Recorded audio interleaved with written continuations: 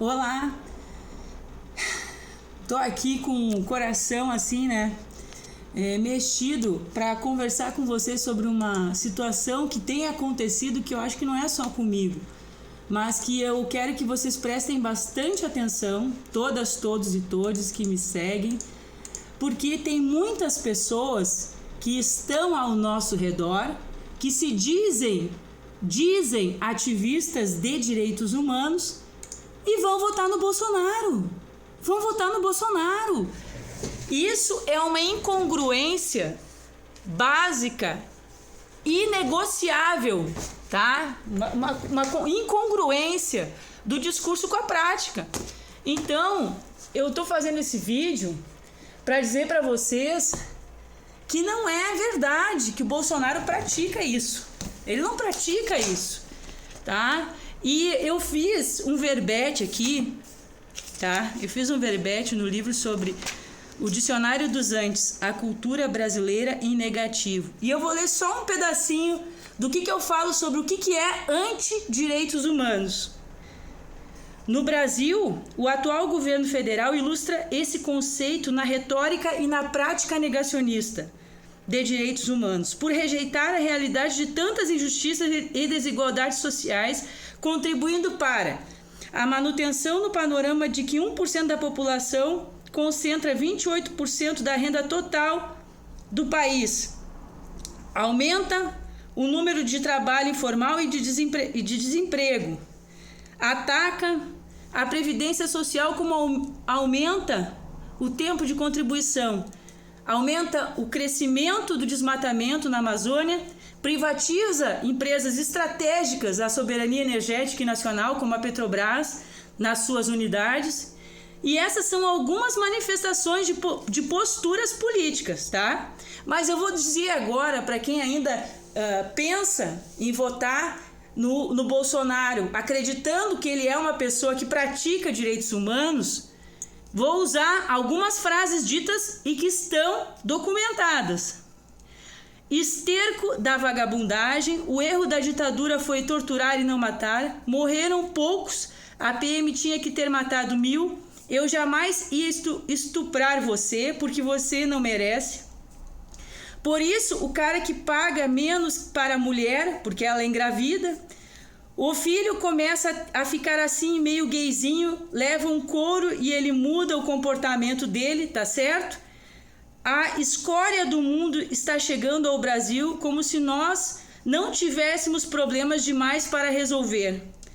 Quem usa cota, no meu entender, está assinando embaixo que é incompetente. Eu não entraria num avião pilotado por um cotista. Nem aceitaria ser operado por um médico cotista.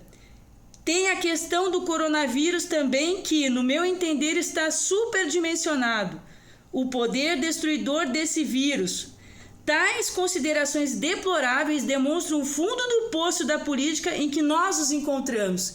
E, principalmente, tinha gente aqui no meu perfil dizendo, levando o meu nome, usando o meu nome para fazer campanha política, como candidata, uma mulher candidata, usando meu nome em rádios e jornais, para agora votar no Bolsonaro e dizer que vai praticar direitos humanos no meio de um governo Bolsonaro que já disse tudo isso que eu estou dizendo para vocês. Então, o que eu quero mais ainda dizer para vocês é que fiquem muito atentos. As pessoas, quando elas estão ao redor de vocês, querem usar o nome de vocês para falar que vão praticar direitos humanos e que a pessoa que está aí, atual no governo, vai fazer alguma coisa por nós. Mulheres, pessoas negras, pessoas com deficiência, pessoas indígenas. Como a gente vai pensar que uma pessoa dessa, um ser desse, vai fazer alguma coisa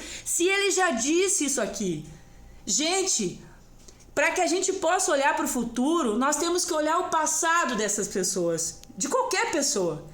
Diga o passado dessa pessoa que você vai olhar o futuro que ela vai querer construir, se ela é que vai construir alguma coisa do que ela diz.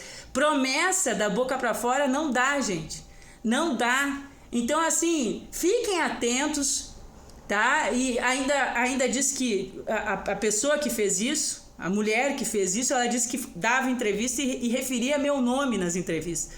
Referia meu nome para querer eleger agora um governo de direita ultraliberal que não nos enxerga. Não nos enxerga, nem a ela enxerga.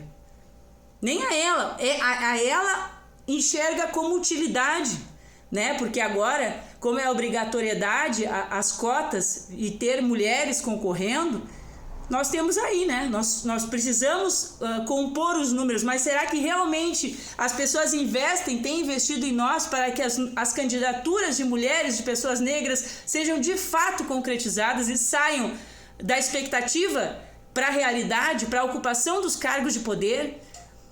Não deixem para amanhã o que vocês podem fazer agora no dia 30 de outubro.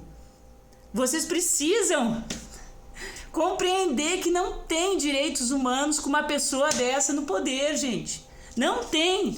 Tá lá o livro, o artigo que eu fiz, Dicionário dos Antes, a cultura brasileira em negativo. Tá lá, eu conto a história a primeira ONG de direitos humanos do Brasil, que foi tentar ser registrada na época da ditadura. O que nós estamos vivendo no Brasil agora é uma ameaça às instituições, à democracia. E nós não podemos achar que a figura de uma pessoa não votaria pela figura de uma pessoa. Não é a figura de uma pessoa que é a questão central. São os valores que essa pessoa e as pautas de políticas públicas que essa pessoa carrega no seu discurso e na prática. Na prática. Olhem as evidências, olhem o passado das duas pessoas e vejam quais foram as políticas públicas implementadas em cada governo, que vocês vão ver que existe uma raiz que diferencia, destoa na base.